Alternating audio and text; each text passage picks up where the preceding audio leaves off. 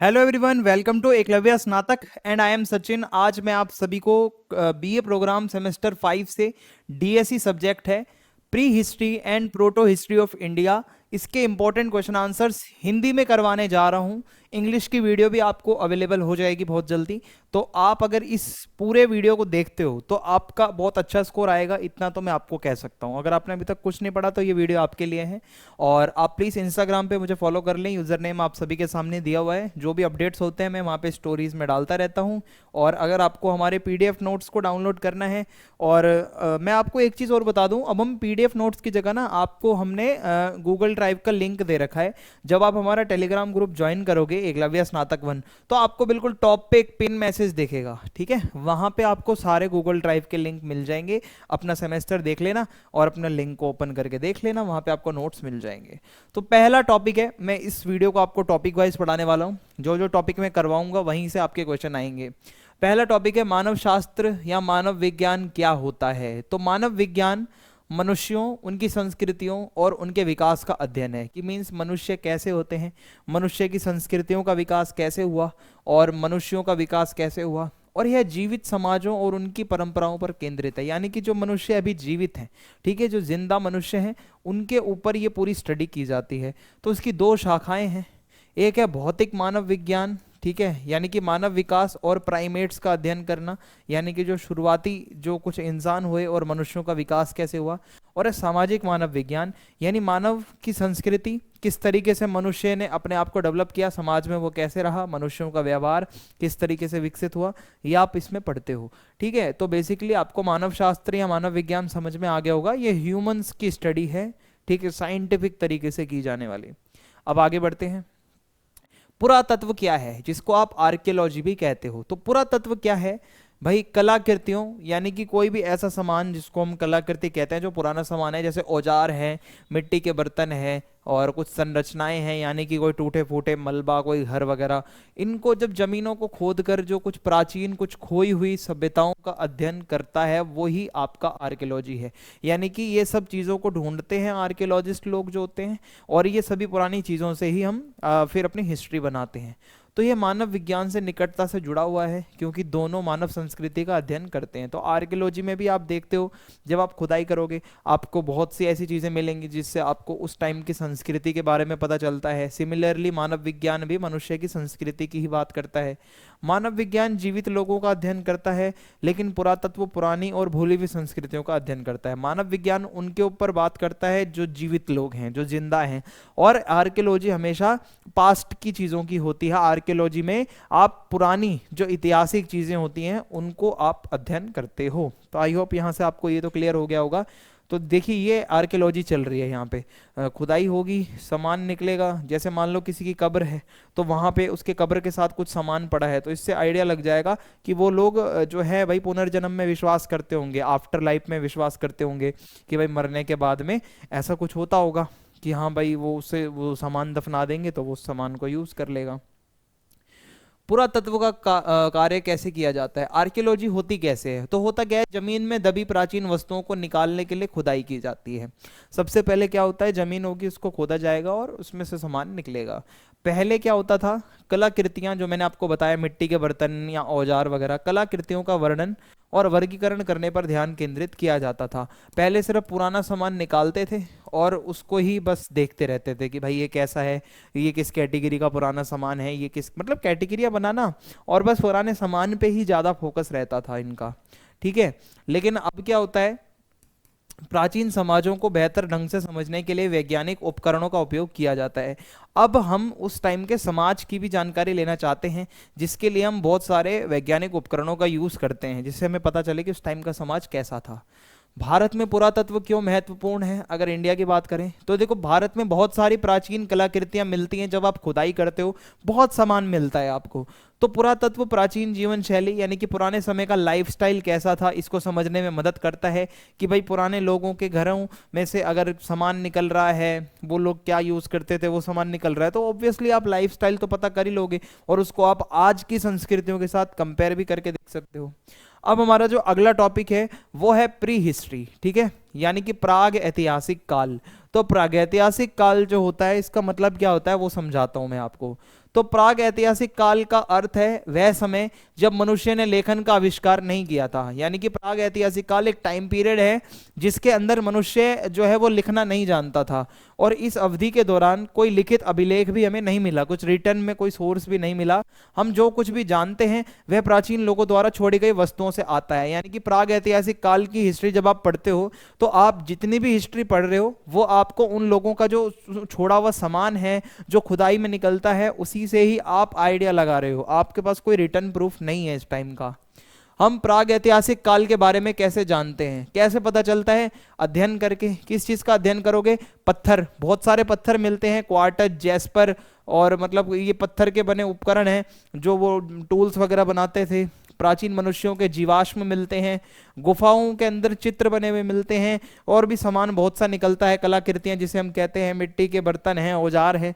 तो यही चीजों को जब आप अध्ययन करते हो तो उससे ही आपको ये प्राग ऐतिहासिक काल की जानकारी मिलती है कि उस टाइम का मनुष्य, देखो ये गुफा के अंदर के चित्र बने हुए हैं, ठीक है, ये मनुष्य किस तरीके से रहता था, जीवन शैली कैसी थी इसकी, ये इसके मिट्टी के बर्तन हैं।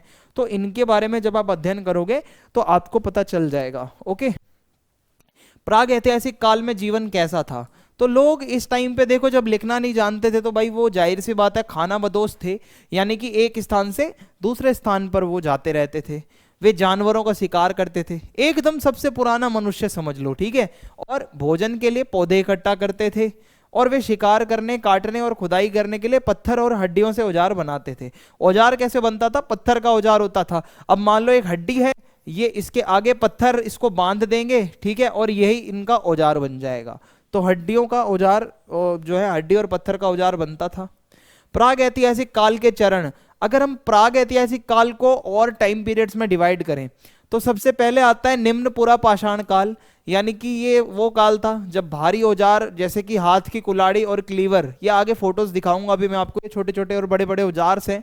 और एक है मध्य पुरा पाषाण काल और एक है उच्च पुरा पाषाण काल। तो ये तीन कैटेगरी में प्राग ऐतिहासिक काल को डिवाइड करके पढ़ा जाता है हमारी सहूलियत के लिए, हमें, ताकि इजीली समझ आ जाए।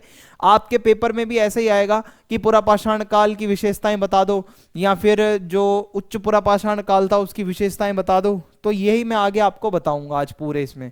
तो सबसे पहले है, देखो मैं आपको मध्य पाषाण काल के बारे में जानकारी देता हूं। ये जो मैंने पीछे आपको पढ़ाया है इसके अंदर क्या था? मध्य पुरा पाषाण। लेकिन ये जो मैं आपको पढ़ा रहा हूं ये मध्य पाषाण काल है, ये सिर्फ इसकी कैटेगरीज थी। अभी इसमें डिटेल में हम अभी नहीं जाएंगे, ठीक है। अभी हमारा जो टॉपिक है आज का वो है मध्य पाषाण काल से आप क्या समझते हो, ठीक है, अगर इसके ऊपर क्वेश्चन आता है तो। मध्य पाषाण का मतलब है कि इसमें क्या था कि जो पाषाण का मतलब होता है पत्थर, तो जो पत्थर का साइज है वो बहुत ज्यादा ऐसा मतलब थोड़े छोटे छोटे पत्थर होते थे। माइक्रोलिथ नामक छोटे औजार होते थे, यानी कि छोटे छोटे पत्थर होते थे, जैसे तीर का जो सिरा होता है या फिर हारपून होता है, ठीक है, वहां पे यूज होता था। और रॉक आर्ट और दफनाने की शुरुआत हुई मध्यकाल के अंदर, यानी कि पत्थरों के ऊपर आर्ट बनाना, कोई चित्रकारी करना, दफनाना इस टाइम पे ही होना शुरू हुआ था मध्य पाषाण काल में। खेती और स्थायी जीवन की शुरुआत भी मध्य पाषाण काल से ही मानी जाती है। तो अगर मध्य पाषाण काल पे आता है तो आप ऐसे लिखोगे। फिर उसके बाद आता है नव पाषाण काल। नव पाषाण काल क्या है? इसके अंदर पूरी तरीके से मनुष्य कृषि करने लगा था और गांव बिल्कुल बसे हुए थे जब नव पाषाण काल आता है, ठीक है। अब हम चलते हैं प्रोटो हिस्ट्री की मीनिंग को समझते हैं कि इसका मतलब क्या होता है, कि आद्य इतिहास यानी कि प्रोटो हिस्ट्री, इसका मीनिंग क्या है। तो प्राग ऐतिहासिक काल और इतिहास के बीच का समय जो होता है उसको आद्य इतिहास काल कहा जाता है। प्राग ऐतिहासिक काल वो समय था जहां कोई लेखन में हमें कुछ भी एविडेंस नहीं मिलता। इतिहास का काल वो काल है जहां पे हमें लिखित में सब कुछ मिलता है। लेकिन आद्य इतिहास जो है उसका मतलब है कि थोड़ा बहुत लेखन का कार्य होता था इस टाइम पे, लेकिन पूरी तरीके से विकसित नहीं था या समझ में नहीं आता। मतलब लिखा हुआ कुछ ना कुछ तो थोड़ा बहुत मिलता है लेकिन समझ में नहीं आता, वो हमारा आद्य इतिहास काल है।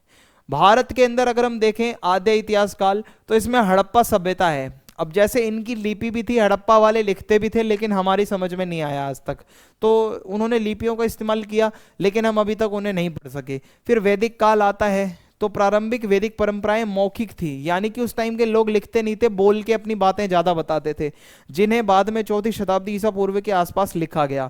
यानी कि आप ये मान के चलो कि वैदिक काल में भी जो चीजें लिखित में कम है, मौखिक में ज्यादा थी उस टाइम पे, तो ये भी इसी का एक पार्ट है। तो हमारा ये जो आद्य इतिहास काल है ये क्यों इंपॉर्टेंट है? क्योंकि आद्य इतिहास में हमें नवपाषाण काल के बाद और मौर्य काल जैसे प्रमुख साम्राज्यों से पहले के समाजों को समझने में मदद मिलती है। तो मौर्य समाज से पहले और इसके अलावा नवपाषाण काल के बाद का जो समाज था उसको समझना है तो वो आद्य इतिहास काल का जो समाज है वो यही वाला है। और ये दर्शाता है कि कैसे लोगों ने पत्थर के औजारों से धातुओं और लेखन प्रणालियों का उपयोग करना शुरू करा, कि भाई पत्थर से औजार बनाए, धातुओं के औजार बनाए, धातु का इस्तेमाल करा, लेखन प्रणालियों का उपयोग होने लगा। लोग जो है लिपियां बना, मतलब लिपियां होती थी, जैसे हड़प्पा वालों की अपनी एक लिपि थी। अगला टॉपिक है हमारा पुरातात्विक अनुसंधान के स्रोत, यानी कि जो आर्कियोलॉजिकल रिसर्च होती है उसके स्रोत क्या क्या होते हैं, आइए मैं आपको बताता हूं। तो सबसे पहले तो है मानव निर्मित वस्तुएं, जो इंसानों ने सामान यूज किया, खुद से बनाया, कलाकृतियां हैं। फॉर एग्जाम्पल पत्थर, हड्डी, लकड़ी से बने औजार, मिट्टी के बर्तन, ठीक है, यहाँ पत्थर के बर्तन, कंकाल के अवशेष, टूटी हुई हड्डियां, कपड़े और बुने हुए पदार्थ, ये सारी चीजें जो हैं हमें एग्जाम्पल के लिए बताई गई हैं जो रिसर्च के लिए यूज होती हैं। ठीक है, आर्कियोलॉजिकल रिसर्च जब होती है तो देखो ये सारे क्या है, कलाकृतियां हैं। जो आप मेरे बैकग्राउंड में देख पा रहे हो ये सब कुछ कलाकृतियां ही हैं। ठीक है, आगे बढ़ते हैं। जैव अवशेष, बायोफैक्ट्स क्या है? जैव अवशेष का मतलब है जीव जंतु, पौधे, जानवर, इनके जो अवशेष होते हैं। फॉर एग्जाम्पल बीज हो गया, पराग हो गया, लकड़ी हो गई, जानवरों की हड्डियां हैं। और ये जो जैव अवशेष होते हैं हमें ये समझने में मदद करते हैं कि लोग खाते क्या थे और रहते कैसे थे उस टाइम पे, क्योंकि ये जैव अवशेष हैं। या कोई पौधा, कोई फसल का कोई अवशेष, बीज वगैरह मिल गया तो आपको आइडिया लग जाएगा उस टाइम पे किस चीज की वो खेती करते थे। ठीक है, तो जैव अवशेष बहुत ज्यादा इंपॉर्टेंट है। पुरातत्व अनुसंधान के चरण, अब जब ये आर्कियोलॉजिकल रिसर्च होती है तो इसके कितने चरण होते हैं आइए मैं आपको बताता हूं। सबसे पहले कोई भी आर्कियोलॉजिकल साइट को ढूंढा जाता है। ठीक है, साइट ढूंढना, तो पुरानी विधियां क्या है कि भाई कहानियों, मिथकों या सतह पर टूटी हुई मिट्टी के बर्तनों जैसी दिखने वाली वस्तुओं का उपयोग करना। यानी कि पहले के समय में विधि क्या होती थी कि जो किसी ने कहानी सुना दी उसी को इतिहास मान लिया जाता था, किसी ने कोई मिथ बता दिया उसको भी रियल मान लिया जाता था, या कोई मिट्टी के बर्तन जैसे दिखने वाली कोई वस्तुएं हैं उससे ही आप हिस्ट्री बना रहे हो। फिर उसके बाद क्या है, कभी कभी आर्कियोलॉजी जो होती है वो इमीडिएटली भी डिस्कवरी करने लग जाती है, आकस्मिक खोज हो जाती है। जैसे फॉर एग्जांपल हड़प्पा सभ्यता की खोज ना पूरा प्लान तरीके से नहीं हुई थी, ये अचानक हो गई थी। जब श्रमिक लोग, मजदूर लोग रेलवे सामग्री के लिए खुदाई कर रहे थे उस टाइम पे हड़प्पा सभ्यता की खोज हुई थी। तो इससे पता चलता है आर्कियोलॉजी कभी कभी जो है बहुत समय से पहले भी, मतलब कोई प्लान नहीं होता लेकिन इमीडिएटली भी ये हो सकती है रिसर्च। आधुनिक विधियां क्या हैं? देखो वैज्ञानिक अब क्या करते हैं, प्राचीन स्थलों का पता लगाने के लिए तकनीक का इस्तेमाल करते हैं। ठीक है, आज की डेट में पुरानी जगहें कौन सी हैं, टेक्नोलॉजी का यूज करते हैं। फिर अध्ययन की प्रक्रिया क्या क्या होती है वो मैं आपको बताता हूँ। सबसे पहले है अन्वेषण, यानी कि डिस्कवरी करना, जगहें कौन सी हैं उनको ढूंढना, उनकी पहचान करना। फिर आता है उत्खनन, यानी कि खुदाई करना, तो कलाकृतियों को उजागर करने के लिए, जो अंदर की कलाकृतियां हैं वो बाहर निकालने के लिए उस पर खुदाई होगी। फिर उत्खनन के बाद यानी खुदाई के बाद क्या होगा कि भाई अतीत को समझने के लिए निष्कर्षों का अध्ययन, कि भाई किस कंक्लूजन पे आप पहुंचे हो, जो भी सामान आपने निकाला है उसके बाद क्या कंक्लूजन बनता है वो देखा जाएगा और उस चीज को रिकॉर्ड किया जाएगा अच्छे से। तो ये इसकी पूरी प्रक्रिया होती है। पुरातत्व और अन्य विषयों के बीच संबंध क्या है, अब मैं आपको ये टॉपिक समझाता हूँ, आर्कियोलॉजी कैसे बाकी के सब्जेक्ट्स के साथ रिलेटेड है। पुरातत्व और इतिहास, तो इतिहास क्या है भाई, लिखित अभिलेखों का उपयोग करके अतीत का अध्ययन करना। यानी कि इतिहास ही मींस हिस्ट्री का मतलब होता है ऐसा अध्ययन जहां पे आपको जो चीजें आप पढ़ रहे हो वो लिखित में है, वो इतिहास कहलाता है। ठीक है, और पुरातत्व क्या है, ये भी कुछ ऐसा ही करता है, जो लोगों द्वारा छोड़ी गई चीजें हैं, जो पुरानी चीजें हैं, भले ही उन पर कोई लेखन ना भी हो, औजार है, इमारतें हैं, कोई कब्र है, उस चीज का अध्ययन करता है पुरातत्व। तो कहीं ना कहीं ये दोनों आपस में संबंध तो रखते हैं, इतिहास और पुरातत्व तो भाई एक ही उसके हैं। पुरातत्व और पर्यावरण, तो लोगों का जीवन उनके आसपास के वातावरण, नदियां, पहाड़, जलवायु से प्रभावित होता है। तो जब आप पर्यावरण का अध्ययन करते हो तो आपको यह पता चलेगा कि उस टाइम के लोग भी कैसे नदियों के किनारे रहते थे, नदियां क्यों इंपॉर्टेंट है। अब नदियों की इंपॉर्टेंस आप पर्यावरण में पढ़ते हो तो आपको यहाँ से आइडिया लग जाएगा कि हिस्ट्री और मतलब यहाँ की आपकी आर्कियोलॉजी और पर्यावरण बहुत जुड़े हुए हैं। पुरातत्व और मानव विज्ञान, ये तो बहुत ज्यादा जुड़े हुए हैं भाई। देखो पुरातत्व शास्त्र, मानव शास्त्र, भूविज्ञान, भौतिकी और रसायन विज्ञान से विधियां उधार लेता है। यानी कि जो आपका पुरातत्व शास्त्र होता है, जो आर्कियोलॉजी होती है, वो मतलब भाई चाहे फिजिक्स हो, केमिस्ट्री हो, ठीक है, और आपकी बायोलॉजी हो, हर चीज़ों से थोड़ा थोड़ा जो है वो मतलब जुड़ा हुआ है। और ये अध्ययन करता है कि मनुष्य समय के साथ कैसे रहते थे और कैसे विकसित हुए। तो यही है कि भाई मानव विज्ञान, मानव शास्त्र आज के जिंदा मनुष्यों की बात करता है, पुरातत्व पुराने समय में जो लोग अपने सामान को छोड़ के चले गए उनकी बात करता है। पुरातत्व और भौतिकी, ठीक है, यानी कि जो आपकी फिजिक्स है उससे कैसे जुड़ा हुआ है। तो देखो, भौतिकी के उपकरण दबी हुई कलाकृतियों को खोजने में और उनकी तिथि निर्धारण में मदद करते हैं। यानी कि बहुत सारे साइंस में ऐसे आविष्कार हुए जिससे कि कुछ हमारे पास ऐसे उपकरण आए हैं। फॉर एग्जांपल मैग्नेटोमीटर, ठीक है, मैग्नेटोमीटर क्या करता है, भूमिगत यानी कि भूमि के अंदर धातु की वस्तुओं को खोजता है। अगर कोई जमीन है उसके अंदर कोई धातु की वस्तु है तो मैग्नेटोमीटर उसको ढूंढेगा। फिर है रेडियो कार्बन डेटिंग, ये भी साइंस की एक टेक्नोलॉजी है जो कि आपको बताएगी कोई भी सामान ले आओ वो कितना पुराना है, रेडियो कार्बन डेटिंग से आपको पता चल जाएगा। पुरातत्व और रसायन विज्ञान, तो अब इसमें केमिस्ट्री के साथ क्या संबंध है। तो होता क्या है, जैसे कि कोई भी पुराना सामान मिलता है तो वो गंदा होता है, तो उसको साफ करने के लिए अलग अलग केमिकल्स का यूज किया जाता है, ठीक है। तो वो केमिकल्स जो होते हैं वो कहीं ना कहीं केमिस्ट्री वालों ने ही तो बनाए होंगे ना, तो केमिस्ट्री के साथ भी इनका संबंध है। फिर पुरातत्व और वनस्पति विज्ञान, यानी कि जो आपके पेड़ पौधे होते हैं, वनस्पति होते हैं, उनका विज्ञान कैसे जुड़ा हुआ है। तो देखो, प्राचीन खेती और आहार के बारे में जानने के लिए पौधों को ही हम तो भाई उसकी वो अंडरस्टैंडिंग लेते हैं ना, पौधे और उसके बीज, उसका पराग कौन कौन सा हमें मिला है, तो और जो भी अवशेष मिले हैं, तो कहीं ना कहीं पेड़ पौधों से भी तो हमें पता चलता है कि वो लोग खाते क्या होंगे उस टाइम पे, जो बीज वगैरह जो मिलते हैं। पुरातत्व और प्राणी विज्ञान, तो इसमें क्या है कि भाई जो बायोलॉजी है वो भी आ जाती है, लाइक जो पशु हैं उनके जो अवशेष हैं, जीवाश्म हैं, ये सारी चीज़ों को पढ़ा जाता है, अध्ययन किया जाता है। कुत्ता है, भेड़ है, वो क्या पालते थे, हड्डियां मिली हैं तो कौन सा जानवर उस टाइम पे रहा होगा, किस चीज़ का वो लोग शिकार करते थे, इसका आइडिया मिल जाता है। कालक्रम निर्धारण की विधियां, अभी हमारा अगला टॉपिक है कि अगर हमें किसी भी चीज़ का कालक्रम निर्धारित करना है तो उसकी कितनी विधियां होती हैं। सबसे पहले आता है निरपेक्ष तिथि निर्धारण, फिर आता है सापेक्ष तिथि निर्धारण। दोनों में अंतर क्या है ये समझ लो पहले। सिक्कों, शिलालेखों और वैज्ञानिक उपकरणों का उपयोग करके सटीक तिथियां देता है। सिक्कों, शिलालेखों या वैज्ञानिक उपकरणों का उपयोग करके, यानी कि जो निरपेक्ष तिथि निर्धारण होता है वो एकदम सटीक डेट बताता है आपको। डेट जो बताएगा, जैसे कि जो सिक्के होंगे उस पर पक्का आपको डेट पता चल जाएगी वो कितना पुराना है। शिलालेख जो होंगे, पत्थर पे कुछ लिखा जाएगा, उससे भी पता चल जाता है कि वो कितना पुराना है। फिर सापेक्ष तिथि निर्धारण का मतलब होता है कि यह पता लगाने के लिए कि कौन सी वस्तु पहले आई, कलाकृतियों और परतों की तुलना करता है, यानी कि वो कितनी परत है अंदर, ठीक है, कहाँ से वो चीज़ निकली है, उसके अकॉर्डिंग पता चलता है वो चीज़ कितनी पुरानी है, ठीक है। तो ये सापेक्ष तिथि निर्धारण है, और इससे पहले वाला जो था वो निरपेक्ष तिथि निर्धारण था। इसके अलावा सामान्य काल निर्धारण की कुछ और भी विधियां हैं, जैसे स्ट्रेटोग्राफी।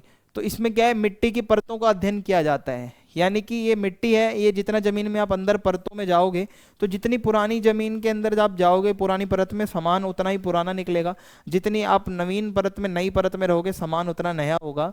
फिर आता है डेंड्रोक्रोनोलॉजी, यानी कि लकड़ी की कलाकृतियों की तिथि निर्धारित करने के लिए ट्री रिंग्स की गणना करता है। जो पेड़ पौधे होते हैं, जो पेड़ होते हैं खासकर, देखो मैं आपको बताता हूँ, ये तो स्ट्रेटोलॉजी है, यानी कि मिट्टी की परतों के अंदर जाओ और अंदर जाओ और अंदर जाओ और अंदर जाओ, जितना अंदर डीप में घुसोगे उतना ज़्यादा आपको पता चलेगा कि वो चीज़ कितनी पुरानी है, क्योंकि वो उतना दबती चली जाएगी। और वो डेंड्रोक्रोनोलॉजी जो है वो इस तरीके से पेड़ है बहुत बड़ा, तो इससे पता चल जाएगा कि भाई इसके अंदर कितना पुराना है, अच्छे से वैज्ञानिक लोग पता कर लेंगे, ठीक है। तो ये इसमें एक और तरीका होता है। रेडियो कार्बन डेटिंग, ये क्या होता है, हड्डियों या लकड़ी जैसी कार्बनिक वस्तुओं में कार्बन 14 की मात्रा को मापा जाता है, यानी कि कितना कार्बन 14 उसके अंदर मौजूद है। तो उससे पता चलता है कि लगभग 50,000 वर्ष तक भी पुरानी कोई चीज़ होगी तो वो उसमें दिख जाएगी कि वो अगर उसमें कार्बन के तत्व होंगे तो उसको वैज्ञानिक लोग जो है वो देख लेंगे, ठीक है। तो उससे पता चल जाता है कि ये कितना पुराना है कोई भी सामान है। पोटेशियम आर्गन डेटिंग, इसका मतलब है इस विधि का उपयोग ज्वालामुखी चट्टानों की आयु का पता लगाने के लिए किया जाता है। जिन चट्टानों से ज्वालामुखी निकलता है तो वो कितनी पुरानी है वो इसी से पता चलता है। जब लावा ठंडा होकर चट्टानों में बदल जाता है, देखो जो गरम गरम लावा निकलता है वो एक टाइम पर ठंडा हो जाता है, चट्टान बन जाता है, तो यह अपने अंदर आर्गन नाम की गैस को फंसा लेता है। वो जो लावा निकला होता है वो जब ठंडा होता है उसके अंदर आर्गन गैस होती है। कई लाखों वर्षों में चट्टान के पोटेशियम का एक छोटा सा हिस्सा आर्गन गैस में बदल जाता है। वैज्ञानिक क्या करते हैं, चट्टान कितनी पुरानी है ये लावा वाली, इसको पता लगाने के लिए चट्टानों के अंदर कितनी आर्गन गैस है इसको मापते हैं। तो ये आर्गन गैस को मापकर ये पता चल जाता है कितनी पुरानी वो चीज थी। फिर है थर्मोल्यूमिनेसेंस डेटिंग। इस विधि का उपयोग किया जाता है मिट्टी के बर्तनों या पत्थर जैसी चीजों की तिथि निर्धारण के लिए, कि कोई भी मिट्टी का बर्तन है अगर आपको जानना है वो कितना पुराना है तो आर्कियोलॉजिस्ट क्या करेंगे, थर्मोल्यूमिनेसेंस डेटिंग करेंगे। इसमें होता क्या है, जब मिट्टी के बर्तन या पत्थरों को गर्म किया जाता है तो वो अपने अंदर एक ऊर्जा, एक एनर्जी को फंसा लेते हैं। जब उसको आप गर्म करोगे समय के साथ साथ ये ऊर्जा बढ़ती जाएगी, तो जब वैज्ञानिक वस्तुओं को फिर से गर्म करते हैं तो ये फंसी हुई ऊर्जा प्रकाश के रूप में बाहर आती है, तो उससे पता चलता है, ठीक है, कि ये कितना पुराना है। तो इस प्रकाश को ही मापा जाता है और पता लग जाता है कि वस्तु को आखिरी बारी कब गर्म किया गया था या फिर ये वस्तु कितनी पुरानी है। तो ये भी एक तरीका है। देखो ये मिट्टी का बर्तन है, इसको गर्म करके छोड़ देंगे, फिर वापस से इसको गर्म किया जाएगा, एक इसमें से वो ऊर्जा निकलेगी, ठीक है, तो ये होता है थर्मोल्यूमिनेसेंस, ठीक है, ये भी एक तरीका है भाई। तो बहुत जटिल सब्जेक्ट है ये आपका, बाकी मैं कोशिश कर रहा हूं आपको इजीली बता पाऊं। निम्न पुरापाषाण संस्कृतियों की विशेषताएं बताओ, ये आपका अगला टॉपिक है। अगला प्रश्न है निम्न पुरापाषाण संस्कृति की विशेषताएं बताओ।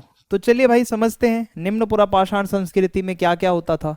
तो सबसे पहले अगर हम निम्न पुरापाषाण संस्कृति में अगर आपसे क्वेश्चन पूछा जाता है तो औजार बताओगे आप कैसे थे। सबसे पहला तो मुख्य औजार हाथ की कुल्हाड़ी और क्लीवर, ठीक है, तो ये आपके क्लीवर, हाथ की कुल्हाड़ी, ये इस तरीके से ये औजार दिखते हैं, ठीक है।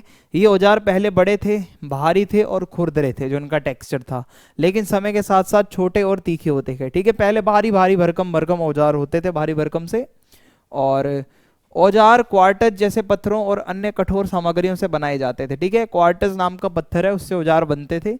इस अवधि को एचुलियन संस्कृति कहा जाता है, ठीक है। ये जो अवधि है जिस टाइम के बारे में मैं आपको बता रहा हूँ, क्योंकि इसका नाम फ्रांस के सेंट एचुल के नाम पर रखा गया, जहाँ इसी तरीके के औजार सबसे पहले पाए गए। सेंट एचुल फ्रांस की एक जगह है, वहाँ भी इसी सेम टाइम पीरियड में ऐसे ही वो सामान जो है वो मिला है, इसी तरीके का औजार मिला है, तो इसको एचुलियन अवधि ही कहा जाता है। प्रमुख चरण की बात करें तो इसको 3 चरणों में विभाजित किया गया है, प्रारंभिक, मध्य और उत्तर एचुलियन पीरियड। तो ये आप अगर मैं आपको बताऊं ये इसके अलग अलग चरण हैं। ये चरण इसीलिए हैं क्योंकि जो उपकरण थे, जो सामान था, जो टूल्स थे, वो बनाने में जो सुधार आता गया उसी के अकॉर्डिंग इसको हमने चरणों में बांट दिया। इनके जीवन शैली की बात करोगे तो प्रारंभिक मानव शिकारी संग्राहक थे। इस टाइम पे जानवरों का शिकार करते थे, भोजन के लिए जो है जंगली पौधे वगैरह इकट्ठा करते थे, वही खाते थे।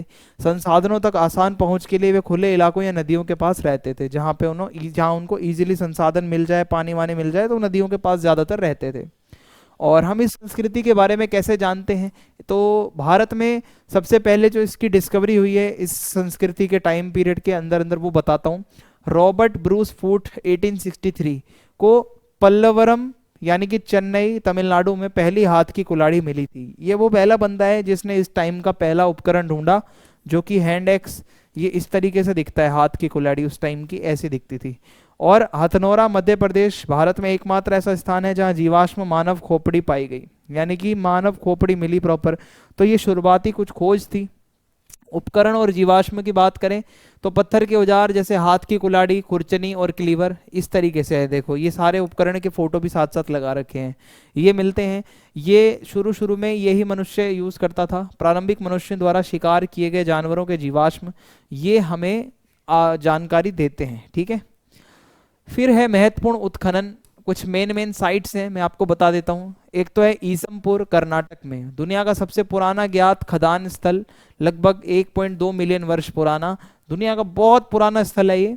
प्रारंभिक मानव ने यहाँ हाथ की कुल्हाड़ी और क्लीवर जैसे औजार बनाने के लिए पत्थर इकट्ठे किए थे। इस टाइम पे मनुष्य आए इस जगह पे, उन्होंने हैंड एक्स जो होता है, हाथ की कुल्हाड़ी और क्लीवर, वो बनाया पत्थरों से, ठीक है। ये बहुत पुरानी साइट है। और फिर तमिलनाडु की अत्तिरम्पक्कम, ठीक है। तो ये 1863 में रॉबर्ट ब्रूस फूट द्वारा इसको खोजा गया और यहाँ पे क्वार्टज पत्थर से बने हुए ज्यादातर उपकरण मिले हैं, ठीक है। तो ये इस साइट को रॉबर्ट ब्रूस फूट ने ढूंढा था। फिर एक सबसे इंपॉर्टेंट साइट है मध्य प्रदेश की भीमबेटका। तो ये यहाँ पे क्या है, 4700 से ज़्यादा औजार मिलते हैं। आप चट्टानों के आसपास जाओगे जब उसको खोदोगे, औजारों में आपको स्क्रैपर यानी कि खुरचरी और क्लीवर और चाकू, कुछ इस तरीके के नुकीले औजार और वो टूल्स वगैरह मिलते हैं भीमबेटका के अंदर, ठीक है। और अगर आगे बढ़े, मध्य प्रदेश में एक और जगह है टिकोदा। तो यहाँ पे परतों में पाए गए उपकरण हैं, यानी कि आप मिट्टी की परतों में जाओगे तो इस परत में अलग उपकरण है, यहाँ पे अलग है, यहाँ पे अलग है। तो इस क्षेत्र में आपको पता चलता है लंबे समय तक मनुष्य यहाँ पे रहे हैं। जितनी परतें ज़्यादा हैं, उपकरण निकल रहे हैं, समझो उतना वो पुराना वो टूल है, तो उतने पुराने समय से वहाँ कोई रहा होगा, ठीक है। उपकरण और साइटें कैसे मिली, तो औजार अक्सर नदी के किनारे या चट्टानों के आश्रयों में पाए जाते थे, क्योंकि वहां से चट्टानें तोड़कर सीधा औजार बनता था। तो खुदाई से पता चलता है कि औजार बनाने के लिए पत्थरों का यूज किया मनुष्यों ने। समय के साथ साथ अपनी तकनीक में सुधार लाया और वो औजार छोटे होते गए और नुकीले और तीखे होते गए। मध्य पुरापाषाण संस्कृति क्या है, अब हम आएंगे मध्य पुरापाषाण संस्कृति के ऊपर, इसको समझते हैं। तो यह काल पाषाण युग के मध्य चरण का वो है, बेसिकली जो पाषाण जो स्टोन एज हम पढ़ते हैं उसका ये मध्यम काल है, जहां औजार बेहतर हुए, मनुष्य में थोड़ी उन्नति हुई। तो भारत में इसकी पहचान एच.डी. संकलिया ने 1955 में करी थी, जहां उन्होंने नेवासा महाराष्ट्र में खुदाई करी थी, जहां से उनको कुछ सामान मिला होगा। तो मध्य पुरापाषाण संस्कृति की क्या विशेषताएं हैं, अगर ये आपके पेपर में पूछा जाता है तो आप क्या बताओगे, मैं आपको समझाता हूँ।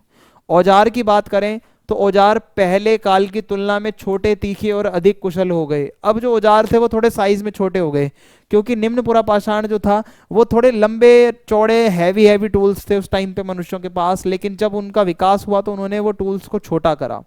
सिमिलरली जैसे पहले के कंप्यूटर बड़े बड़े होते थे, जब मनुष्य का दिमाग डेवलप हुआ तो हमारे आज कॉम्पैक्ट कंप्यूटर इतने हैं, लैपटॉप उठा के चल दो कहीं भी, ठीक है। तो औजारों के साथ भी ऐसा ही है। कुछ आम औजार थे जैसे स्क्रैपर्स, लकड़ी और अन्य सामग्रियों को आकार देने के लिए, ठीक है। पॉइंट्स यानी कि वो जो आपके तीर के जो वो होते हैं ना, धनुष चलाते हो, पॉइंट्स होते हैं, भाले के रूप में भी यूज होते थे वो। बोरर्स यानी कि छेद या ड्रिल करने के लिए उपयोग किए जाते थे, ठीक है। तो इस तरीके के ये औजार हैं। ये सारे सबके फोटो भी साथ साथ में लगा रहा हूं ताकि आपको याद रहे। फिर है सामग्री। इस टाइम पे पत्थरों को नदी के किनारों और चट्टानी क्षेत्रों से प्राप्त किया जाता था। चट्टाने तोड़कर पत्थर आते थे, नदी के किनारे पत्थर होते थे। और क्वार्टज नाम का पत्थर बहुत फेमस था टूल्स बनाने के लिए। चर्ट, जैस्पर और चूना पत्थर ये भी यूज होते थे। ये कुछ पत्थरों के प्रकार हैं।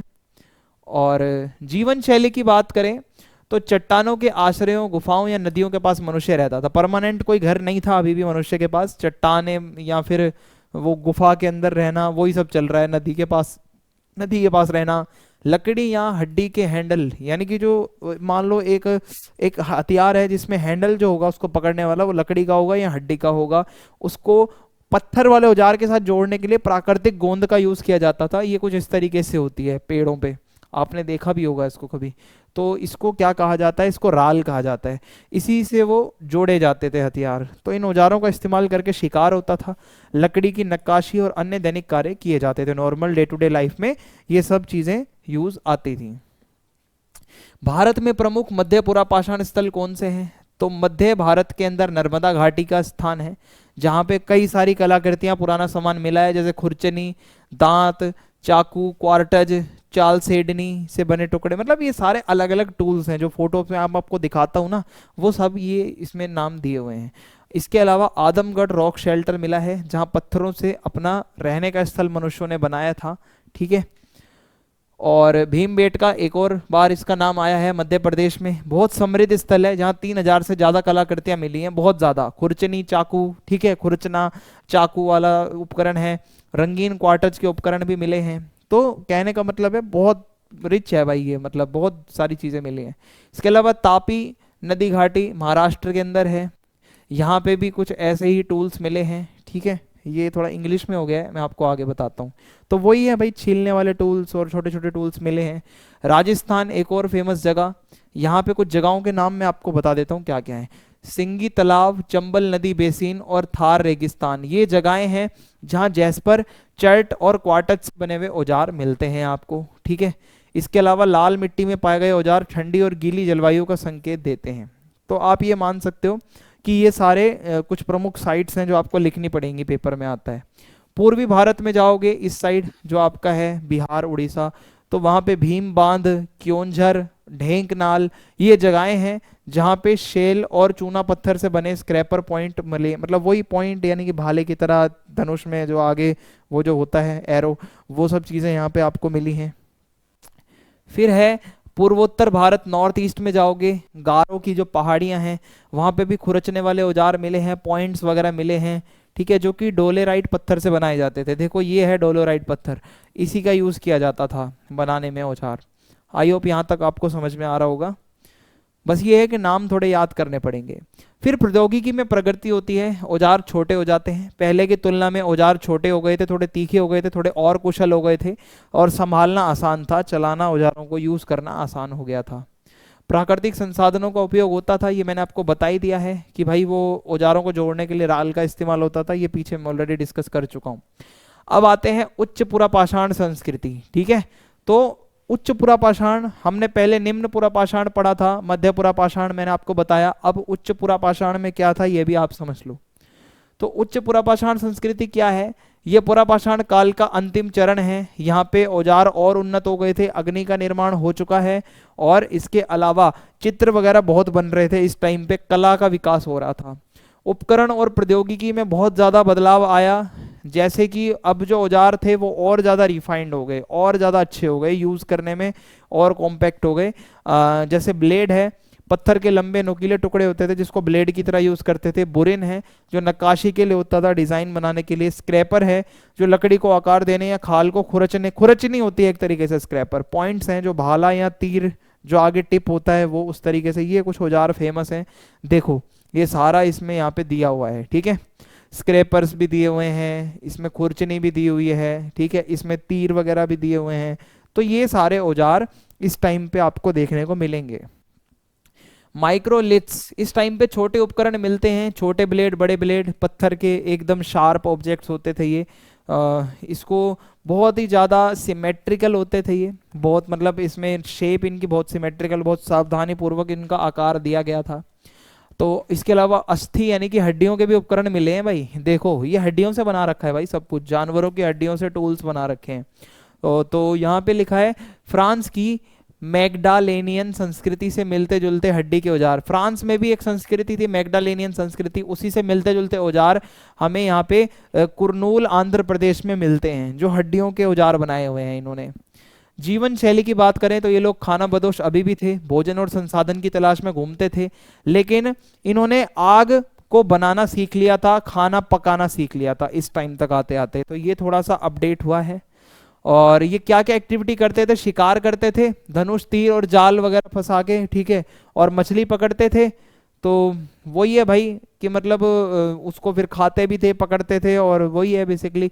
और औजार बनाना, यानी कि औजार बनाने के लिए चर्ट नामक पत्थर है, और इसके अलावा इस सामग्री को गर्म करने के लिए आग का इस्तेमाल होता था।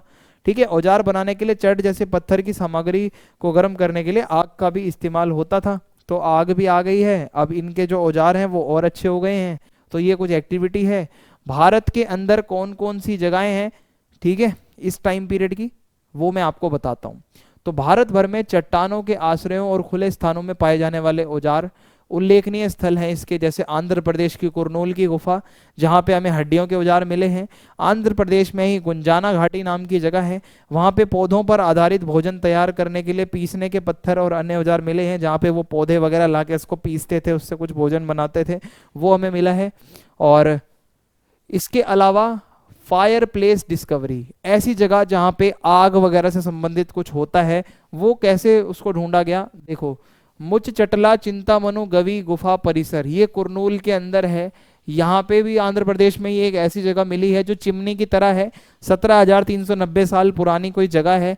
यहाँ पे जली हुई हड्डियां, राख के धब्बे देखने को मिलते हैं। औजार बनाने के लिए गर्म की गई हरी चट की गांठें मिलती हैं, यानी कि भाई आग वगैरह से संबंधित यहाँ पे हमें कुछ मिल रहा है।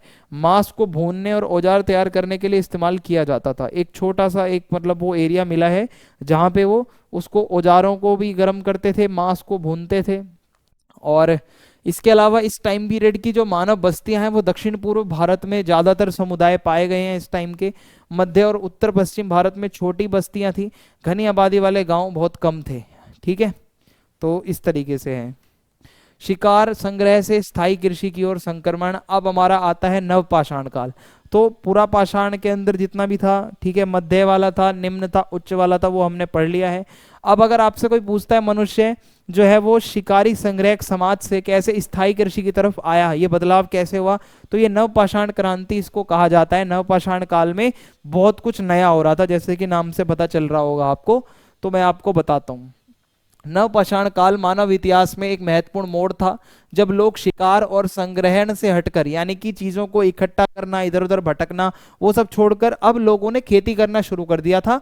और इस बदलाव से मनुष्यों को केवल जंगली पौधों और जानवरों पर निर्भर रहने की बजाय एक स्थान पर खुद बसना, फसल उगाना, जानवरों को पालना, ना कि खाना, ठीक है, ये इन्होंने शुरू कर दिया था। तो ये जो परिवर्तन हुआ नवपाषाण काल की क्या विशेषताएं हैं, ये मैं अब आपको समझाने जा रहा हूं। तो सबसे पहला है पौधों और जानवरों का पालतूकरण, यानी कि पौधों को लोगों ने गेहूं, जौ, चावल और बाजरा, ये कुछ शुरुआती फसल है जो मनुष्य ने उगाई।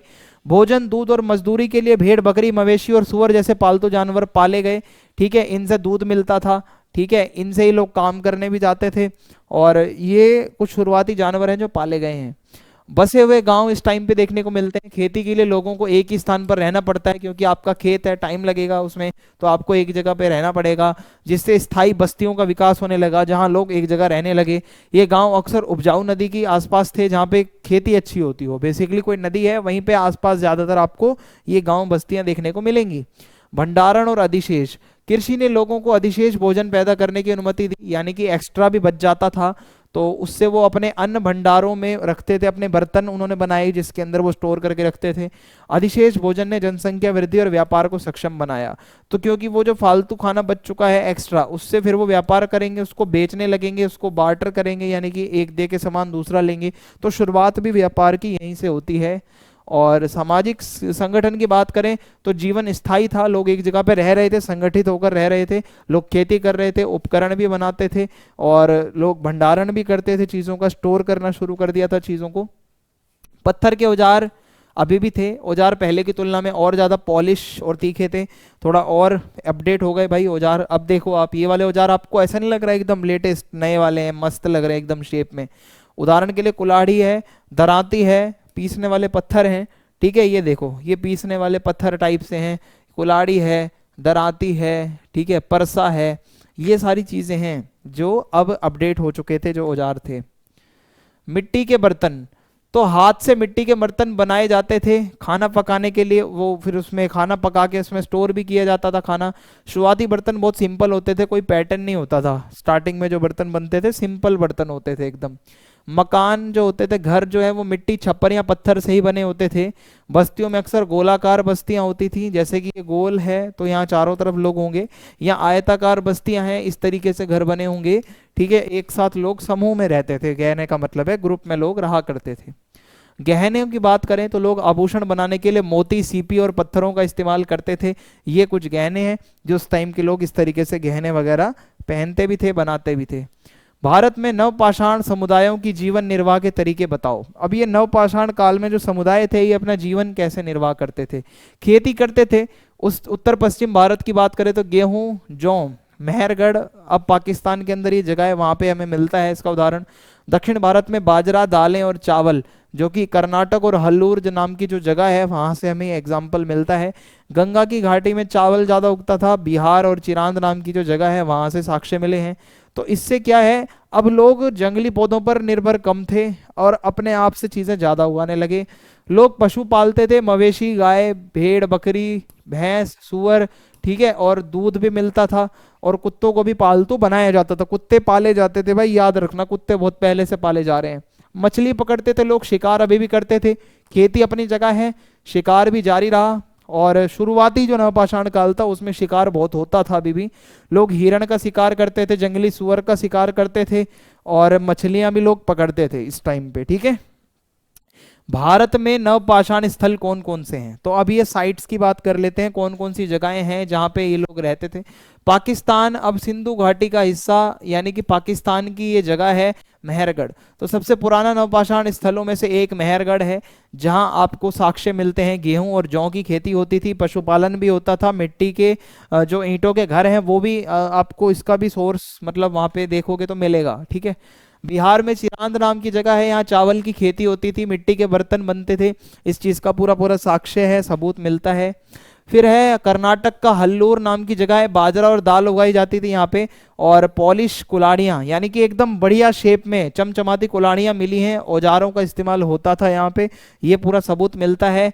फिर है कश्मीर में बुर्ज होम नाम की जगह है, यहाँ लोग गड्ढों में रहने मतलब गड्ढे में रहने के लिए जाना जाता है। यहाँ पे क्या होता था, अंदर लोग गड्ढे से बना के उसके अंदर रहते थे, शिकार और खेती यहाँ पे होती थी, ये भी हमें पूरा पूरा साक्ष्य मिलता है, ये लोग करते थे। अब हम पढ़ेंगे भारत में ताम्रपाषाण संस्कृतियां, ठीक है। भारत में ताम्रपाषाण संस्कृतियां, तो ताम्रपाषाण काल क्या है पहले तो ये समझ लो। ताम्रपाषाण काल वो काल है जब मनुष्य ने पत्थर के औजारों के साथ साथ तांबे के औजारों को भी बनाना शुरू कर दिया। अभी तक आपने पढ़ा था ओनली पाषाण काल, अब यहाँ पे पाषाण के आगे ताम्र जुड़ गया है, ताम्र का मतलब होता है तांबा, तो अब लोगों ने पत्थर के साथ तांबा यूज कर रहे हैं। तो भारत में लगभग 2500 ईसा पूर्व से 700 ईसा पूर्व तक ये ताम्रपाषाण संस्कृतियां देखने को मिलती हैं।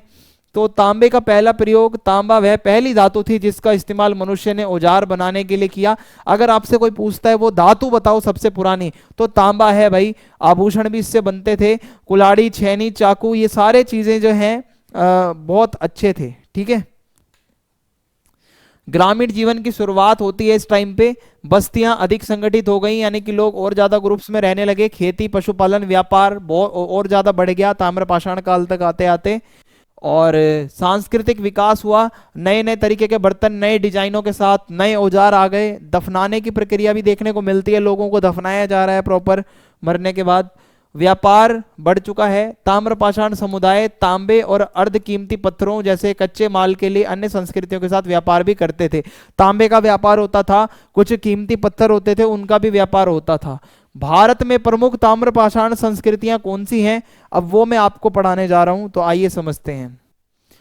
आहार बनास संस्कृति राजस्थान की, तो ये 2500 ईसा पूर्व से 1500 ईसा पूर्व में था।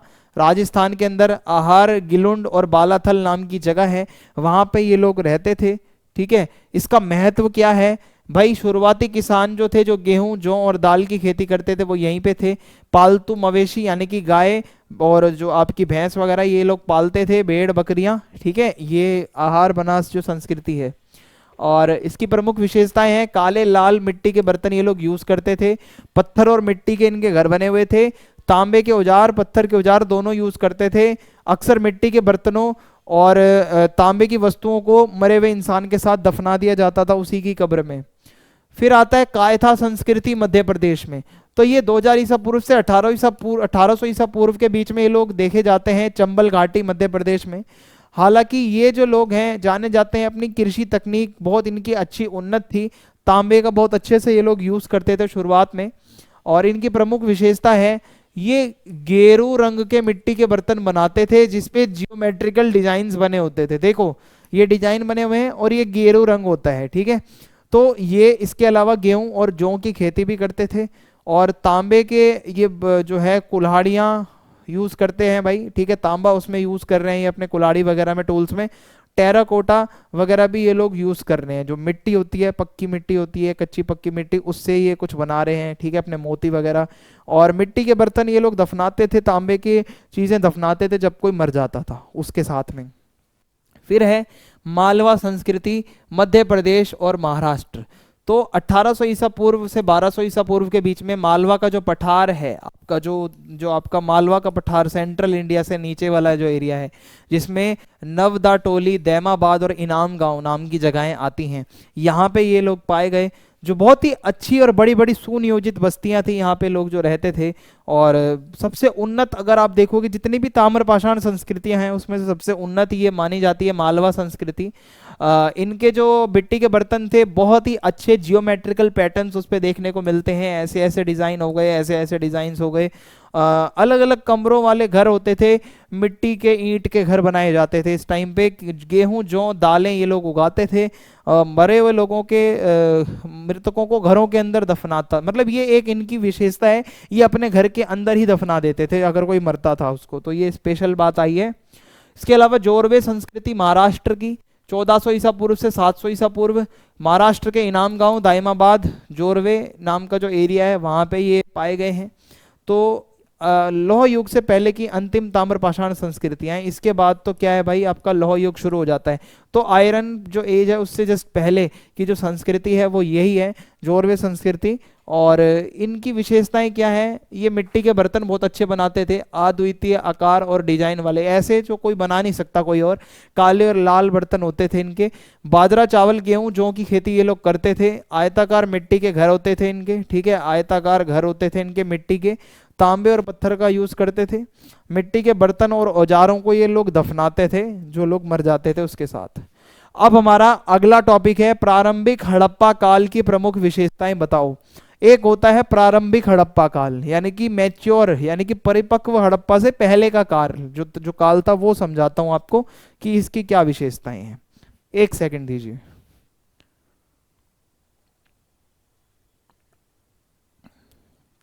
तो हड़प्पा के बारे में आप सभी ने सुना होगा। तो जब आप जो हड़प्पा पढ़ते हो वो विकसित हड़प्पा है। उससे पहले की जो हड़प्पा सभ्यता का जो मतलब वो विशेषताओं के बारे में जो है वो ये टॉपिक हमें समझाता है कैसे चरण बाय चरण उसका विकास हुआ। तो आइए समझते हैं। 3300 ईसा पूर्व से 2600 ईसा पूर्व तक ये हड़प्पा पूर्व की बस्तियां या फिर संस्कृतियां देखने को मिलती हैं। तो भारतीय उपमहाद्वीप का जो उत्तर पश्चिम क्षेत्र है, ये भारत का अगर मैप बनाऊं मैं, इस ये वाला क्षेत्र है जो आपका उत्तर पश्चिम वाला, यहाँ पे ये देखने को मिलता है। वर्तमान पाकिस्तान इसमें आता है। उत्तर पश्चिम भारत और अफगानिस्तान के कुछ हिस्से शामिल हैं जहाँ की आज हम बात करने जा रहे हैं। तो महत्व क्या है, ग्राम स्तरीय समाजों से संगठित शहरी केंद्रों में संक्रमण। अब जो गांव गांव में लोग रहते थे वो थोड़ा थोड़ा शहरी उन पे रंग चढ़ने लगा था, अब थोड़ा शहर बनने लगा था। नगर नियोजन सुधरने लगा था, लोगों ने सड़कें नालियां घर अच्छे बनाने शुरू करे, पक्के घर। तकनीकी प्रगति देखने को मिलती है। व्यापार का नेटवर्क बड़ा दूर दूर तक लोग जाने लग रहे हैं। मानकीकृत उपकरण यानी कि प्रॉपर वेट वगैरह भी आ गया है, चीज़ों को तोलना।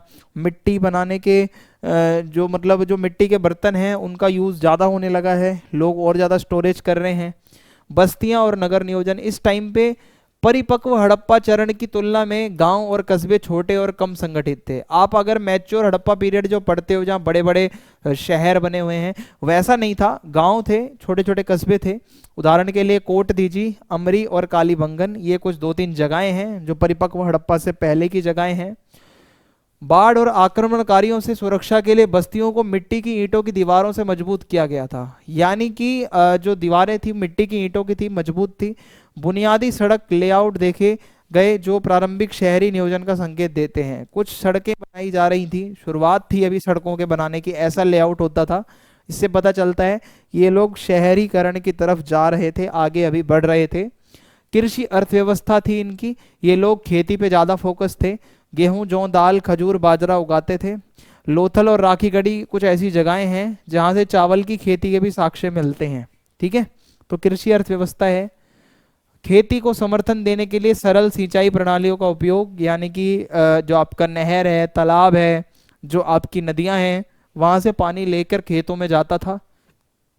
वो मवेशी पाले जाते थे, भेड़ बकरी भैंस, और शुरुआती बैलगाड़ियों के साक्ष्य यहीं से मिलते हैं। लोग बैलगाड़ी परिवहन के लिए इस्तेमाल करते थे और खेती के लिए जानवरों का इस्तेमाल होता था, बैल वगैरह को खेतों में भी यूज़ किया जाता था। उपकरण और टेक्नोलॉजी की बात करें तो खेती शिकार और शिल्प कला, यानी कि हाथ से मन के बनाना और वो जो भी हाथ की कला हैंडीक्राफ्ट्स होते हैं उसके लिए पत्थर तांबे और कांसे से बने औजारों का यूज़ होता था। और कृषि गतिविधि के लिए हल और दराती का यूज़ किया जाता था। हल तो आपको पता ही है, ये दराती है, फसल काटने के लिए यूज़ होती है, ठीक है। तो ये चीज़ें यूज़ ये लोग कर रहे थे।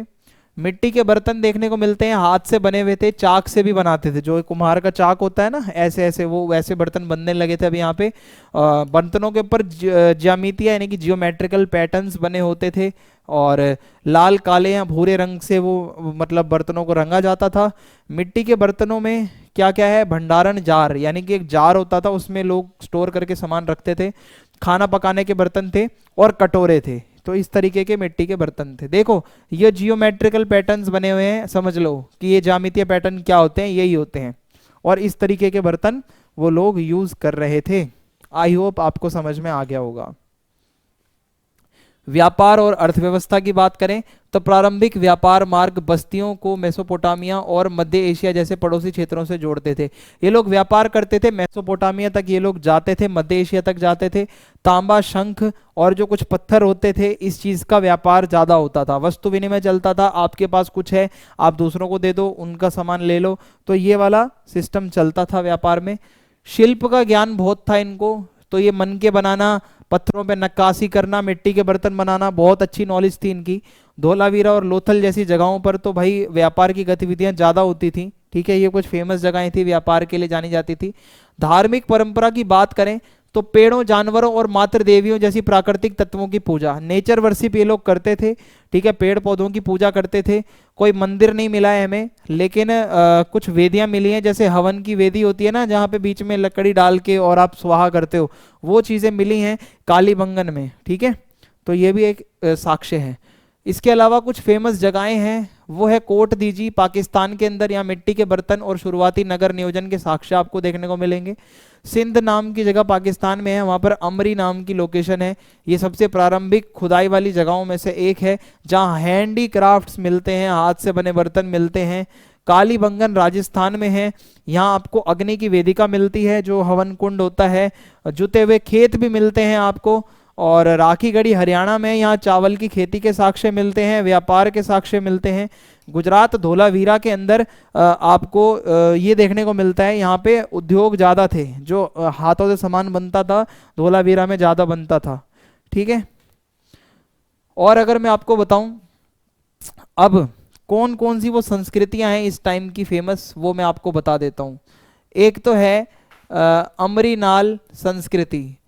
इनके जो मिट्टी के बर्तन होते थे, हाथ से बनाते थे, चाक पर भी बनाते थे, लाल भूरे रंग के होते थे, ज्योमेट्रिकल डिजाइन होते थे बने हुए, और छोटे कृषि गांव होते थे, मिट्टी की दीवारों से घिरी हुई बस्तियां होती थी, और ये हमें बताता है कि ये लोग संगठित होकर रहते थे। फिर आता है कोट दीजी, यानी कि पाकिस्तान के अंदर की जो संस्कृति है, यहाँ पे जो लोग थे, काले रंग के चित्रित डिजाइनों के साथ लाल मिट्टी के बर्तन, यानी कि काली काली मिट्टी भी है, लाल लाल भी है, और यहाँ पे क्या है, डिजाइन वगैरह भी थे। और मिट्टी की दीवारों और गढ़ों के साथ घिरी हुई बस्तियां, यानी कि दीवारें मिट्टी की होती थी, ऊंचे ऊंचे गढ़ भी बनाए हुए थे, ऊंची ऊंची संरचनाएं भी देखने को मिलती हैं। सड़कें थोड़ी संकरी पतली होती थी, और इसके अलावा मिट्टी के बर्तन बहुत मानकीकृत होते थे, बहुत अच्छी क्वालिटी के थे। और शुरुआती शहरी नियोजन, शुरुआती जो शहरीकरण होता है, वो आपको यहाँ देखने को मिलता है। फिर आता है सोटी सीसवाल, जो कि राजस्थान हरियाणा में है। यहाँ पे गेरुआ रंग के बर्तन देखने को मिलते हैं आपको, थोड़ा ऑरेंज ऑरेंज कलर के, और सादे डिजाइन, ज़्यादा डिजाइन नहीं है। ठीक है, बिंदु बिंदु बिंदु बने हुए हैं, इस टाइप के हैं। और इसके अलावा ये जो लोग थे, ये ज़्यादातर ऐसी जगहों पे थे जो नदी घाटियों के आसपास। ठीक है, लकड़ी के घर, मतलब लकड़ी के घर थे, बहुत सिंपल सिंपल घर थे इनके। और इसके अलावा कृषि पर ये लोग ज़्यादा ध्यान देते थे। कालीबंगन की बात करें तो ये भी चाक पर अपने बर्तन बनाते थे, जो कुम्हार वाला चाक होता है, और ज्यामितीय डिजाइन थे, यानी कि काले काले बर्तन थे और उस पर डिजाइन भी थे, और बहुत अच्छे बर्तन ये लोग बनाते थे। और कालीबंगन में बस्तियां दो तरीके की देखी जाती हैं, एक तो निचला शहर था और एक ऊपरी शहर था, जिसको दुर्ग भी कहा जाता है, गढ़ भी कहा जाता है। निचला शहर थोड़ा नीचे बना था, गढ़ जो होता है, जो दुर्ग होता है, वो थोड़ा ऊंचाई पर बना हुआ था, ये याद रखना। और इनकी जो बस्तियां थी योजना से बनाई जाती थी, ऐसा देखने को मिलता है। ठीक है, एकदम प्रॉपर प्लानिंग के साथ ये बनाया था इन्होंने। तो ये हो जाएगा। अब हम जानेंगे परिपक्व हड़प्पा काल की प्रमुख विशेषताएं, यानी कि मेन जो आप हड़प्पा सभ्यता पढ़ते हो अभी तक, वो बहुत सिंपल सी हैं, आपने पहले भी पढ़ी होंगी। तो ये आप जो मेरे बैकग्राउंड में देख पा रहे हो, हड़प्पा सभ्यता कुछ इसी तरीके से नजर आती थी। तो आइए इसकी विशेषताएं समझते हैं। हड़प्पा सभ्यता, जिसको सिंधु घाटी सभ्यता के नाम से भी जाना जाता है, वो जानी जाती है अपनी नगरीय योजना के लिए। यानी कि ये एक नगरीय पूरी वो थी सभ्यता, बहुत अच्छे से, जैसे शहर होते हैं, पक्के रोड, पक्की नालियां, पक्के घर, वैसी थी। इसके अंदर जो सड़कें बनाई जाती थी वो ग्रिड पैटर्न में बनाई जाती थी। देखो ये होता है ग्रिड पैटर्न, जहाँ 90 डिग्री पे एंगल जो है वो ऐसे काटता है, ठीक है, एक दूसरे को। एक ऐसी सड़क आएगी, दूसरी ऐसी आएगी, तो ग्रिड पैटर्न में ज़्यादातर बनाया हुआ था। और जो सड़कें हैं वो चौड़ी होती थी, सीधी होती थी, जिससे कि परिवहन अच्छे से हो सकता था, आने जाने वालों को दिक्कत नहीं होती थी। और जो गलियां होती थी वो छोटी गलियां भी बनी होती थी, जो जाके मेन रोड से बाद में जुड़ती थी। फिर है दुर्ग और निचला शहर। दो भागों में हड़प्पा सभ्यता में बस्तियों को बांटा गया था। दुर्ग ऊंचा मतलब ऊंचला एरिया था जो बहुत ऊंचाई पर बना हुआ था। निचला शहर नीचे का था, जहां आवासीय भवन मिलते हैं, रहने वाले जो घर हैं वो देखने को मिलते हैं। ऊंचा जो दुर्ग था वहां पे ज्यादातर पब्लिक प्लेस आप मान सकते हो, अन्न भंडार हैं जहां सभा होती हो या अनुष्ठानिक कार्य, पूजा पाठ होता हो, ऐसी चीजें ज्यादा होती थी। देखो ये निचला शहर है जो नीचे नीचे बना हुआ है, ठीक है, नीचे नीचे नीचे नीचे। और ये दुर्ग है जो ऊपर एकदम बना हुआ है। तो यहाँ पे लोग रहते तो होंगे नहीं, देख के भी आपको लग रहा होगा इतना तो, ठीक है। फिर है उन्नत जल निकास प्रणाली। जो पानी होता है उसकी निकासी बहुत अच्छी होती थी, नालियां ढकी होती थी, ठीक है। जब जरूरत पड़ती है साफ सफाई करने के लिए उनको उठा के साफ भी कर दिया जाता था। घर के अंदर भी नालियां होती थी जो बाद में बाहर मेन नाली से जुड़ती थी। मेन होल बने होते थे जिनकी नियमित सफाई के लिए इनको बनाया गया था। रख रखाव ये कितना अच्छा था, इनको नॉलेज कितनी अच्छी थी ये पता चलती है। जल निकास प्रणाली बहुत अच्छी थी, इसलिए जल भराव नहीं होता था। बारिश का समय हो या कुछ भी हो, पानी निकल जाता था। तो पानी जो है, जल की जो निकासी है वो बहुत अच्छी थी, आप कह सकते हो, हड़प्पा सभ्यता में। और जो इनकी ईंटें हैं वो मानकीकृत थी। एक मानक तय कर रखा था, इतने इंच और इतनी वो साइज की ही ईंटें होगी, हर कोई इतना ही यूज करेगा। देखो सेम ईंटें आपको हर घर में देखने को मिलती हैं, जिससे पता चलता है किसी राजा महाराजा ने हो सकता है बनवाया हो सभी घरों को। भाई सेम ईंटें हैं ना। कुएं और जल आपूर्ति, हर घर में कुएं होते थे, कुएं बहुत मिले हैं। और इसके अलावा पता चलता है घर के लिए भी पानी यूज होता था, आने जाने वाले लोग भी कुएं का यूज करते थे, ठीक है। तो कुएं देखने को मिलते हैं।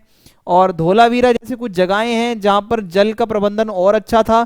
वहां पे वो लोग पानी वाला जो बारिश का जो पानी होता है उसको भी स्टोर करते थे। रेन वाटर हार्वेस्टिंग वो लोग करते थे, जिसके लिए उन्होंने जलाशय बना रखे थे। और इसके अलावा घरों की बात करें तो समतल छत होती थी, लकड़ी और सरकंडों से छत बनाई जाती थी। और आंगन होता था जो खुला स्थान होता है घर के बाहर। और दरवाजे वाले कमरे होते थे, अंदरूनी आंगनों की ओर खुलते थे, सीधे सड़कों की ओर नहीं। यानी कि जो घर का गेट होता है, जो कमरे का जो गेट है वो आंगन की तरफ खुलेगा।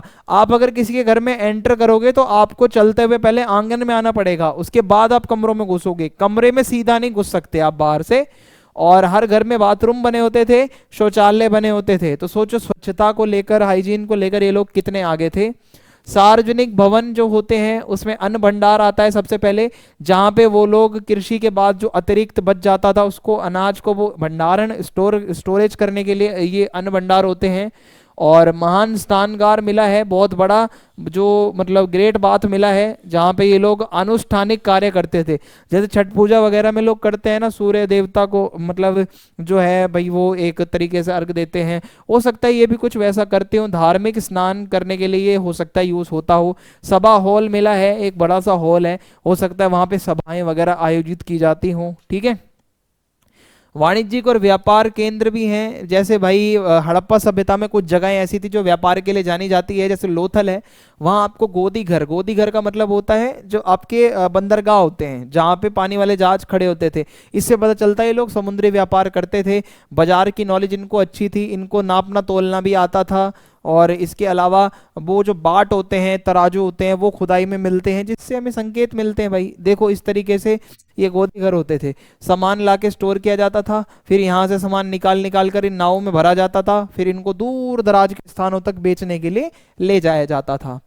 किलेबंदी और सुरक्षा, शहर जो होते थे वो दीवारों से घिरे थे, किलेबंदी कर रखी थी, रक्षा के लिए होता था ये, ताकि कोई भी ऐसे अंदर ना घुसे। और एकदम रणनीतिक रूप से ये सब बनाया गया था, कोई अटैक करे तो हम मतलब उसको झेल पाए। कला और शिल्प में ये लोग बहुत आगे थे। टेराकोटा मिट्टी की मूर्तियां बनाते थे, जानवरों की, मनुष्यों की, मातृ देवियों की मूर्तियां बनाते थे ये लोग। मोती के यूज करते थे ये लोग, कार्नेलियन, लेपस लजुली और ऐसे कुछ ये पत्थर हैं जो मोती की तरह इनको बना के ये लोग अपने गहने जेवरात में यूज करते थे।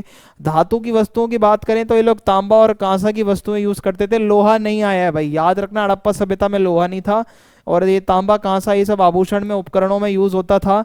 और कुछ मूर्तियां हैं जहां पे आपको एक डांसिंग गर्ल जो नृत्य करती हुई एक महिला दिखती है, पुरोहित राजा की एक मूर्ति दिखती है। तो ये देखो, एक तो ये मूर्ति है बहुत फेमस, जो दो मूर्तियां हैं हड़प्पा सभ्यता की, एक ये है एक ये है, ये आपको देखने को मिलती है। और धर्म की बात करें तो ये कोई धर्म को फॉलो करते थे नहीं करते थे, कोई सटीक जानकारी नहीं है, पर इतना जरूर है ये लोग प्रकृति की पूजा करते थे, जानवरों की पूजा करते थे, मातृ देवी की पूजा करते थे। ठीक है, हो सकता है स्नानगार को ये लोग अनुष्ठानिक पूजा पाठ के लिए यूज करते थे। और प्रौद्योगिकी उपकरण की बात करें तो कांसे के उपकरण और तांबे के उपकरण ये लोग बनाते थे, जैसे चाकू है, कुल्हाड़ी है, छेनी है। मिट्टी के बर्तन ये लोग यूज करते थे जिसपे जियोमेट्रिकल पैटर्न्स बने होते थे। काले पर लाल बर्तन, यानी कि काला काला उसके ऊपर परत चढ़ाना, लाल लाल परत चढ़ाना। और हड़प्पा वालों की अपनी लिपि भी थी, जो चित्र लिपि थी, जो कि चित्रों में ये लिखकर समझाते थे अपनी बातें दूसरों को, जो आज तक हमें नहीं समझ में आई है, लेकिन मिट्टी के बर्तन होते थे। ठीक है, उस पे भी ये लिपि यूज थी। मोहरें जो इनकी होती हैं उसके ऊपर भी ये लिपि में लिखते थे। अर्थव्यवस्था व्यापार की बात करें तो ये लोग कृषि करते थे, मुख्य रूप से गेहूं, जौ, चावल, तिल, कपास, बाजरा उगाते थे। सिंचाई की व्यवस्था इनकी बहुत अच्छी थी भाई, फसलों को पानी बहुत अच्छे से लग जाता था। व्यापार इनका दूर दूर तक था, मध्य एशिया, मेसोपोटामिया, ओमान, फारस की खाड़ी, इतनी दूर दूर तक ये लोग जाते थे। निर्यात क्या करते थे, सामान बेचते थे, ये मोती, कपास, टेराकोटा की आइटम बनाकर, मिट्टी की मूर्तियां वगैरह और ये पत्थर वगैरह जो होते थे वो बेचने जाते थे। आयात की बात करें तो ये लोग तांबे का आयात करते थे, सोना आयात करते थे, चांदी आयात करते थे, लेपिस लजूली नाम से एक और वो पत्थर है उसको भी ये लोग आयात करते थे। अब हमारा अगला टॉपिक है भारत में महापाषाण संस्कृति। महापाषाण संस्कृति का मतलब होता है बड़े बड़े पत्थर, यानी कि मेगालिथ। ठीक है, मेगालिथ का मतलब होता है ऐसी संस्कृतियां जिन्होंने इन बड़े बड़े पत्थरों का इस्तेमाल किया था, मुख्य रूप दफनाने के लिए ये होता था बेसिकली। ठीक है, किसी को दफना के उसके ऊपर बड़ा पत्थर खड़ा कर देना। समझाता हूं कैसे है। लगभग 1200 ईसा पूर्व से 300 ईसा पूर्व तक ये बड़े बड़े पत्थर हमें देखने को मिलते हैं। पूरे भारत में ही ये काल था जहां बड़े पत्थर देखने को मिल रहे थे। दक्षिण भारत में कर्नाटक, तमिलनाडु, केरल, आंध्र प्रदेश, मध्य भारत में महाराष्ट्र के विदर्भ एरिया में, पूर्वोत्तर में मेघालय और असम, उत्तर पश्चिम में कश्मीर और राजस्थान के कुछ हिस्सों में ये बड़े बड़े पत्थर आपको मेगालिथ, जिनको कहा जाता था महापाषाण, देखने को मिलते हैं। इनका निर्माण जो होता था वो समझते हैं। बड़े पत्थरों के स्मारक या तो स्वतंत्र रूप से खड़े हैं या दफन प्रथाओं का हिस्सा है, यानी कि इनको स्वतंत्र रूप से ऐसे खड़ा कर दिया जाता था। अक्सर ये कब्र से जुड़े हुए हैं। एक तरीका आया था कि भाई दफनाने के लिए यूज होते थे, ये कोई मर गया तो उसकी कब्र के ऊपर ये लगते थे। और कभी कभी इनका यूज एक इसके लिए भी किया जाता था, ये जगह बहुत स्पेशल है तो वहां पे ये पत्थर खड़ा कर दिया। ठीक है, ऐसे भी यूज होता था। भौतिक संस्कृति तो देखिए, लोहे के औजारों और हथियारों जैसे कुल्हाड़ी, तलवारों और हलों का उपयोग ये लोग करते थे इस टाइम के जो लोग हैं। मिट्टी के बर्तन ये लोग यूज करते थे, जिसपे काले और लाल बर्तन, यानी कि काली मिट्टी, लाल मिट्टी, उस तरीके से होता था। और काली पॉलिश वाले बर्तन भी होते थे। कृषि करते थे, पशुपालन करते थे, व्यापार ये लोग करते थे। ये प्रॉपर हमें साक्ष्य मिलते हैं। और इस टाइम की जो बस्तियां हैं, छोटे गांव या बस्तियां जो अक्सर जल स्रोतों या उपजाऊ भूमि के पास होते थे, यानी कि कोई नदी हो गया, ठीक है, या कोई उपजाऊ जमीन हो गई, वहां पे इनकी ज्यादातर बस्तियां होती थी।